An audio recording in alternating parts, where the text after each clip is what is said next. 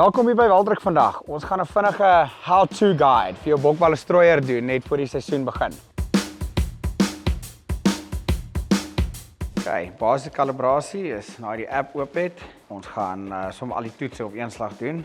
So hier het ons nou 'n liter se kunsmis. Gaan hom hier in die sakkie sit en dan gaan ek hom weeg en hy is 1,1 kg.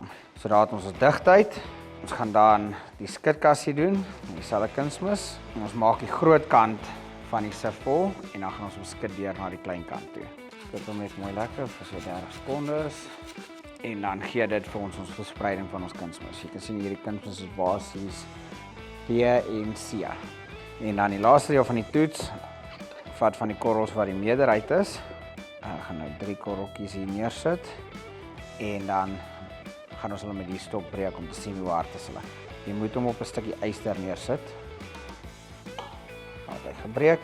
So ons hardheid daar is 5,5 vir die eerste een, 3 vir die tweede een en 5,5 vir die tweede een. En daai gaan ons nou al ons app insit. Okay, maak bokballe spreadsheets oop op Google Play of Android. Kies die metric stelsel.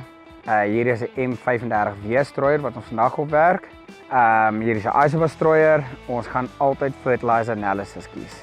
Hierdie korrels is 'n growwe korrel. Ek gaan dan volgens die skitsif het ons 2%, 52, 44 en 2% gehad. Dit moet altyd tot 100% bytel. Ons digtheid was 1,1 kg per liter en die hardheid, die gemiddeld van die 3 toetse was 5. Hierdie is nou die resultaat wat ons kry uit die app uit. Ons aanvaar dit. Ons werkswyte wat ons gestrooi op die 24 meter, 250 kg per hektaar en teen so 12 km/h. Die sluise moet onderop standaard wees, dis reg. En dan hier is ons tabel. Soos jy dan kan sien, ons gewig is daarin. Ons kalibrasiefaktor van 24,6 en dis wat ons by die skerm gaan instel. Die PTO spoed wat ons moet gebruik en die opsie van wyns wat ons moet gebruik sowel as hulle posisie. Is 'n E6 en is in posisie 1 en 2. 2 grade op die helling van die strooier en as ons dit alles opsit, is ons reg om te strooi.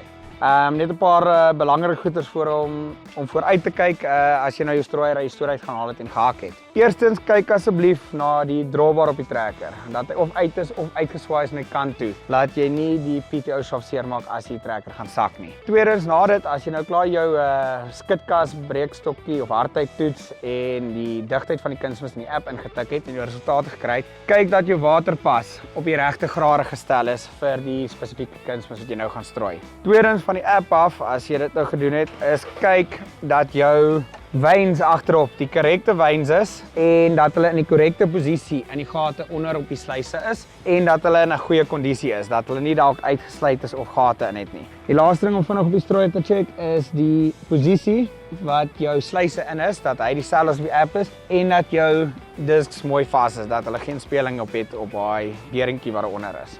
Kom ons kyk nou binnekant, gou op die skerm en ons doen gou die vinnige verstellings daarso.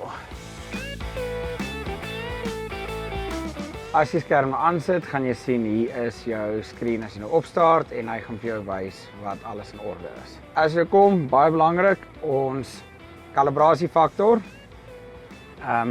Volgens die app was ons kalibrasiefaktor wat ons daar gehad het 24,6.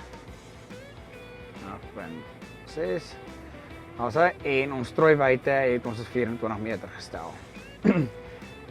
En ons kilogram per hektaar 250. Daar is alles nou gestel. 250 kg, 24 meter en ons kalibrasiewaarde. Wat baie belangrik is die groen W op jou strooier moet aanwees. Dit beteken jou vol outomatiese kalibrasie is aan en jou strooier sal outomaties jou kalibrasiefaktor aanpas soos dit nodig is.